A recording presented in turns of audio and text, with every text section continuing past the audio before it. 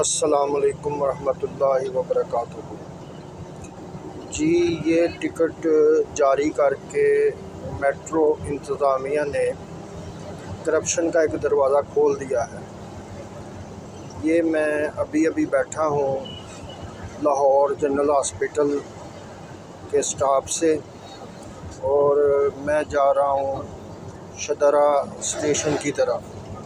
तो मैंने देखा है कि जो एंटर करने वाला है बंदा, जो कार्ड स्कैन करके मुसाफिरों को एंटर करता है, वो ये कर रहा है कि जो मुसाफिर टिकट उसको देते हैं आउट होने के लिए, वो एंटर होने वालों को टिकट वो दे के उनसे टिकट उनका ले लेता है और वो टिकट दोबारा ऊपर काउंटर खिड़की में पहुंच जाते हैं और दोबारा वो सेल हो रहे हैं।